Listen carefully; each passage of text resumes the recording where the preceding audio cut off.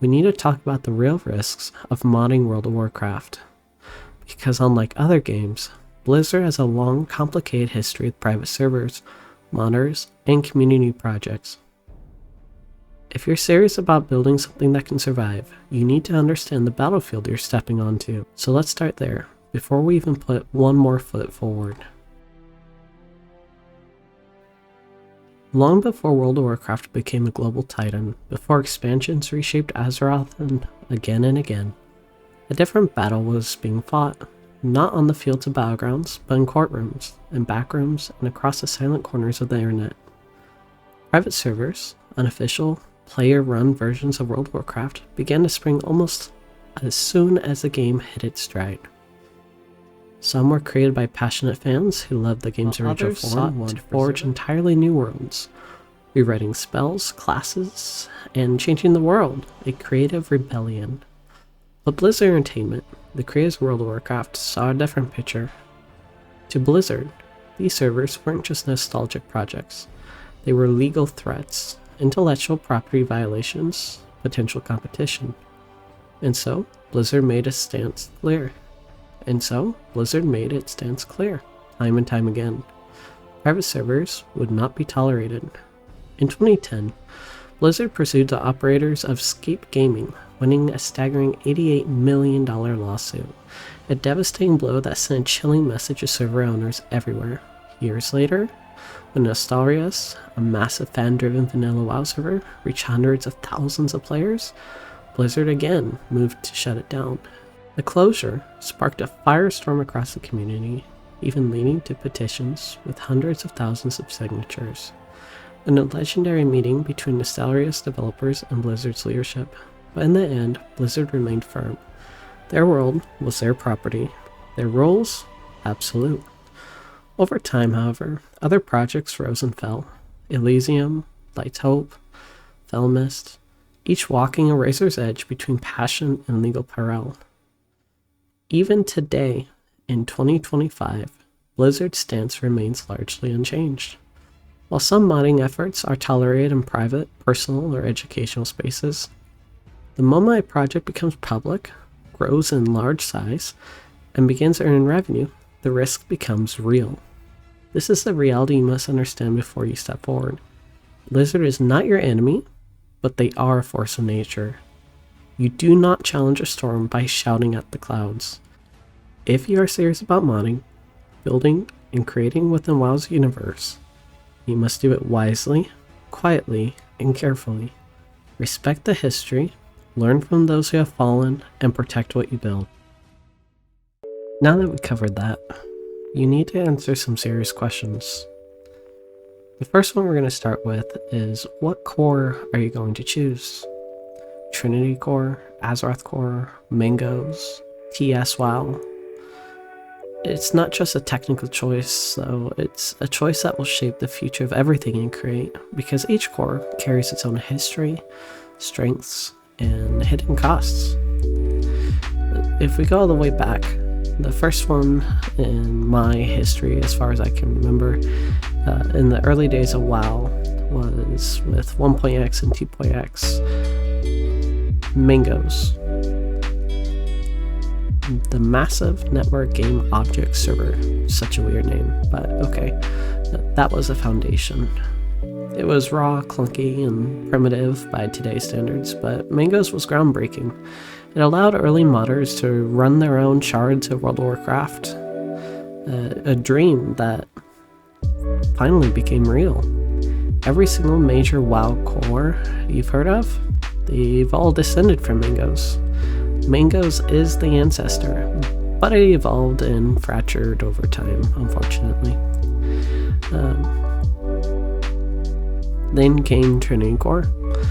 As World of Warcraft advanced into expansions like TBC and Wrath of the Lich King, Mangoes began to show its cracks. Development started to slow down, bugs piled up, and new features were getting harder and harder to add. A group of developers decided they needed something better, faster, cleaner, and more modern, and so they forked Mangoes and created Trinity Core. Trinity Core took the bones of Mangoes and rebuilt them. It prioritized performance, stability, and most importantly, maintainability. Trinity Core became the standard for anyone wanting a more advanced, stable, Wrath of the Lich King-based core. And if you've played on a private server in the last 10 years, there's a high chance that it was actually ran on Trinity Core, or something built from it at least. Over time though, Trinity Core's goals shifted. The team wanted to match Blizzard's retail servers super close to making an authentic 3.3.5 experience and preparing for future patches, but not everyone agreed with that focus. Some developers wanted a core that prioritized community contribution, modding, real-world server operations, and not just strict retail accuracy. And so, from Trinity Core, another fork was born, which was Azarath Core. Azarath Core kept the spirit of Trinity Core, but with a different philosophy, being more modular, more documentation, and more support for custom content. And Azarath Core is now often seen as the quote-unquote best starting point if you want to heavily modify the game without having to fight against the core itself. Now, this is where my personal take on this is. This is mainly wrong. So we're going to go back a little bit into my history. When I originally started, about 5-6 years ago, I had to make the choice that you are right now, Trinity Core or Azarath Core. And I chose Trinity Core to begin with. And I was modding on it, and I was having a great time actually. And then a buddy of mine who I decided to start doing a project with told me, hey, since we want to make the story so close to the original vanilla, why don't we jump to Azarath Core? And I jumped to Azarath Core. And to be honest with you, I regret that decision, because Trinity Core is actually highly moddable. You can do everything on it, and to this day, for example, the biggest custom servers, such as Ascension, is made off of Trinity Core. You are in fact able to do just about anything you want with Trinity Core. The difference between Azarath Core and Trinity Core, however, is the modularity as well as the administration. Unfortunately, there's a lot of questionable folks who are in Azarath Core, and while it's an amazing core, the administration is not exactly the best, especially when it comes to answering questions. I personally feel that over the course of the past few years, it has stemmed away from what it used to be. However, I still use the core. And that's not throwing shade at anyone whatsoever. I'm just telling you my own personal bias and my own opinion after the course of the past couple of years. That is why, for this course, regardless of what you decide to choose, we're going to be using both Trinity Core and Azarath Core. A recent core that came out, which I personally do not have the luxury of trying it out much, but I have many developers who say that is really great, is TS WoW Core. TS WoW Core allows you to customize the core quite easily. It allows you to create classes easier, modify DBC files, which we'll get into that later on, and the annoyances with them, and do a bunch of other cool things that we kind of wish were always possible. Something else I'd like to also mention is Mangoes is still being used to this day.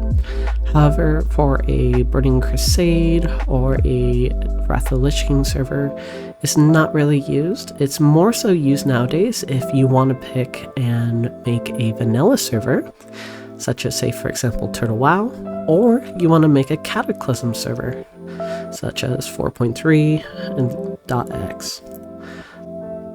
The next question you're going to be needing to ask, though, is are you building on a Windows machine or a Linux machine?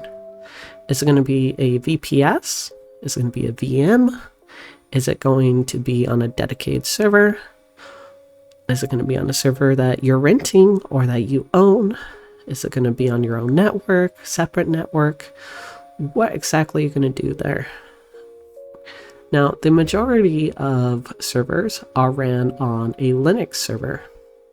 This is primarily because Windows takes up more resources than it should, and so therefore if you run on a Linux server, you basically get a lot more resources overall. That and the speed, of course. Now, of course, there are arguments that Linux is used for just about anything when it comes to technology compared to Windows. The security is quote-unquote better, there's a lot less issues, there's a lot more flexibility, but not everyone understands how Linux is used. Unfortunately, in this course for you, if you're not familiar with Linux, we're going to be diving a lot into it with Linux because that's how I was taught. I will see if I can have someone who's familiar with Windows also assist you, but if you want to do things properly, you want to use a Linux server. Now, as for choosing where to host, there are a few places. You can do AWS, you can do OVH, you can do Contabo, you can pick just about any service that you want. Personally, I think OVH is the best. It has been battle tested, if you will, throughout the years, and it has great DDoS protection. And if you're doing any sort of public WoW server, I can guarantee you that if it becomes relatively popular at all, you will get DDoSed, even if you're the nicest person in the world. So picking OVH is an extremely safe pick. If you want to go on the cheaper end of things, you can look into sites like Contabo. However, their DDoS protection is not exactly the best, but they do give you a lot better specs for the price. Another thing to look into is where is your server going to be located, and what's another thing to look into briefly is your server location. Is it located in Europe? Is it located in the US? This matters because that's latency. If you have a lot of European players and you have your server on the West Coast, you're going to be having the players at roughly around 115 ping.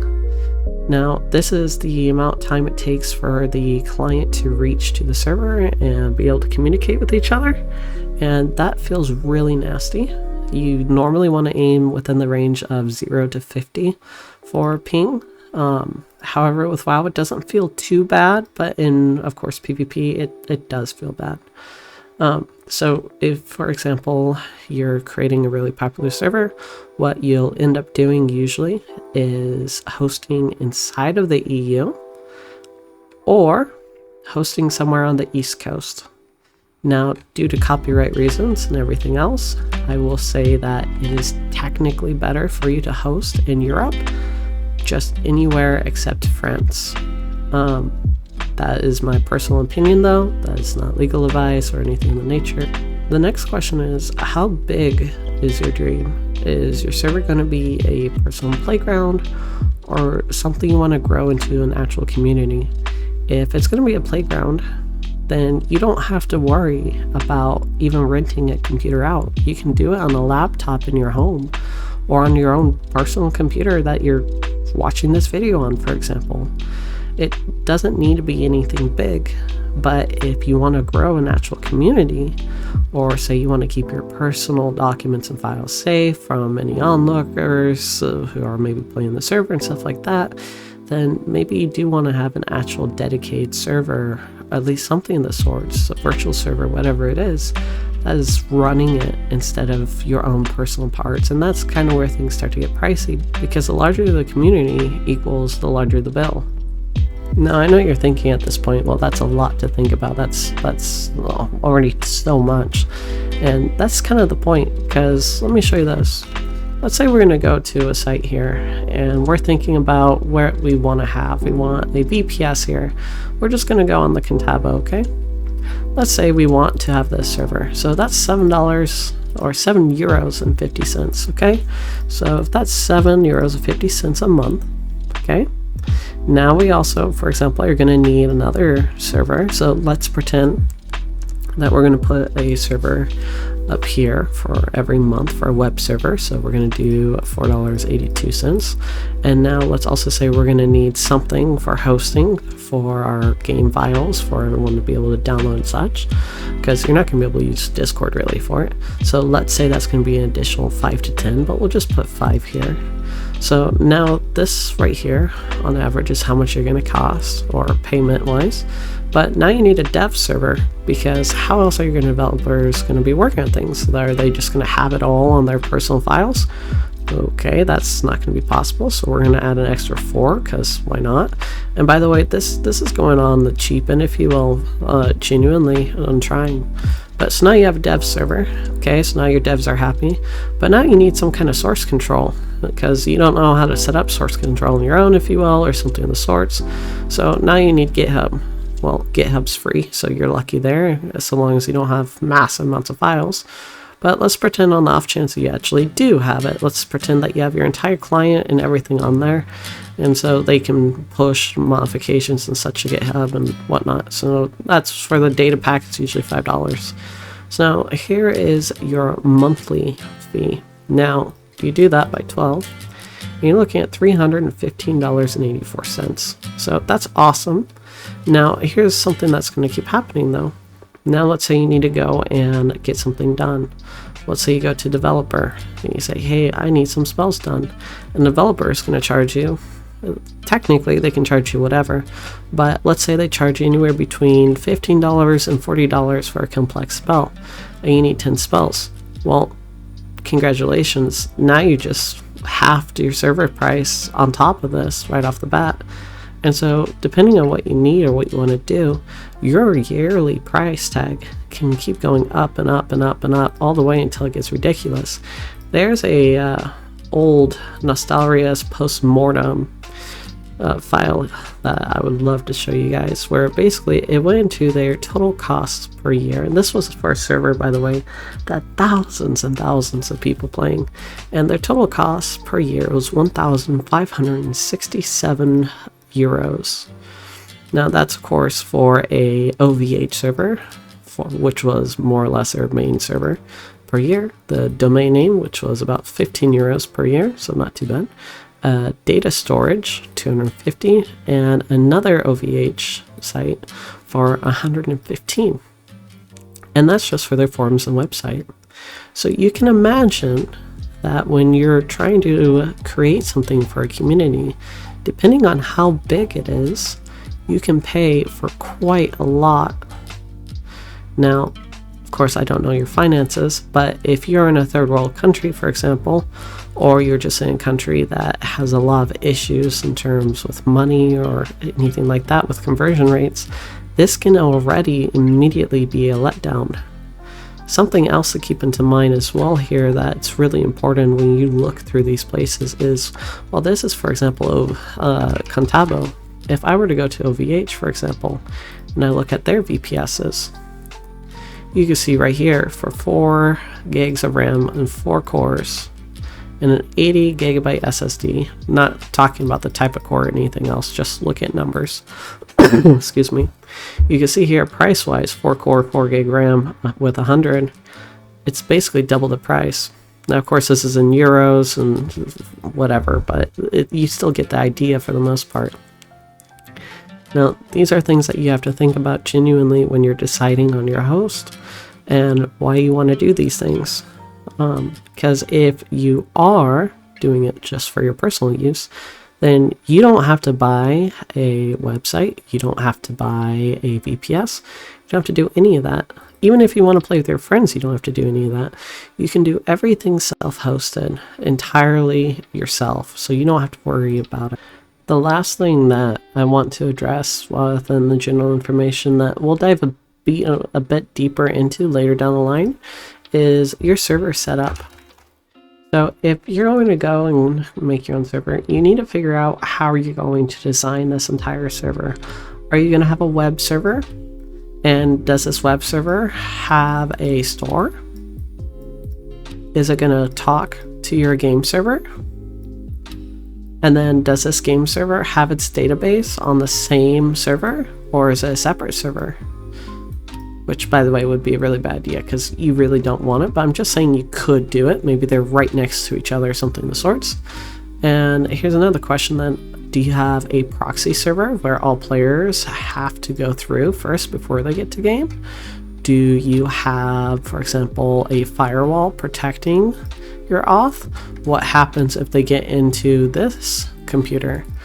Can they go immediately to your game server? Do they have now full access? Or are you going to decide to go and say screw it and put everything all in one on one big machine for a game server, your, say, auth server, your SQL right here? Or are you going to try and go and say a middle route with, say, an auth server with the game server plus a web server, and then, for example, allow players to connect, and here is where they do their shopping, and they don't do anything with the web, but the web is just sitting there essentially creating accounts and sitting back and forth? Or you're going to have a shop on the web server and nothing inside the game server, so then the shop has to go over to the game server, and same thing with accounts, and then the game server has to verify that the accounts are done. What sort of transactions essentially are you planning to do here? And while you may not understand what you want to do here at first, this is why you need to set up a design document, because there are multiple ways, and if you're a networker, you should already be thinking about essentially how you want to decide this. The most common ports, for example, that you're going to need to be using are 8085, which is basically game server, 3724, which is also deal with the game server. This is off of memory. Then you have 3306, which is the default port from MySQL, which can be changed, of course. And then finally, you have the most scary one to be open, which is 22, also known as SSH, which is usually how people connect to their servers. Now, 8085 and 3724, you really don't have much of a choice on. This has to be here. However, with 3306, you can change this to be whatever you want. You don't even need this open.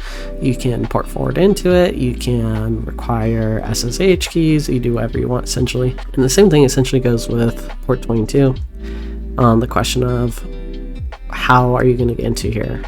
Are you going to SSH? Are you going to disable it and only allow FTP? What are you doing here? Because at the end of the day, you still have to access it. Is it your own server, so you're right next to it and you don't need SSH at all? You can just do everything yourself right here? What's going on? And then to top this all off, which makes things even more complicated, your Git, if you have a Git, is it going to be talking to the game server by a access token? Does your Git have a strong password on it? Has it been exposed before? What is going on here? These are all going to become attack vectors one way or another. So you have to figure out before you do anything public, or you're even going to say, hey, here's a server IP, or that's even another one. Are you going to show your server IP, or are you going to mask it behind Cloudflare? You have to essentially go through every little bit, starting from the bottom and working your way up on building this server. So then when you do have folks that are going to come in and take a look under the hood, if you will, and it can be really anyone, then you're good, because any of these servers, the LVH servers and the Contabo servers, the moment you purchase them, the very moment that you purchase any server, it already has the IP usually known, because a VPS is essentially a very small box and right next to other boxes, all within one very large box. And so your neighbors can see you and they know who you are usually. But also, your address normally doesn't really change. So, that being said, if this box was a really bad person, for example, and then they sold it, and now congratulations, you just bought the box. Well, sure, all the data and everything's wiped. All of its enemies are now officially yours. So just keep that in mind when you're doing VPSing. The other situation that can arise is John over here is really sad because he bought a WoW server and his neighbors are really noisy. What does that mean? Well, with a VPS, you share resources. So while yes, you did buy, in fact, the resources of say 8 gigabytes and everything else, you may not be able to use those 8 gigabytes of RAM the entire time. You might be at 6 or 6.5 or close, but once again, it's not yours, which is why for servers, and why, for example, it was so expensive. If you were to go back and look at Nostalrius on their pricing, they did not go for VPS. You can see here that they specifically went for an actual server for their main server, which is a dedicated server to which then you get all the resources that are part of it. I think that will wrap up this first episode and get your brain thinking into WoW related questions.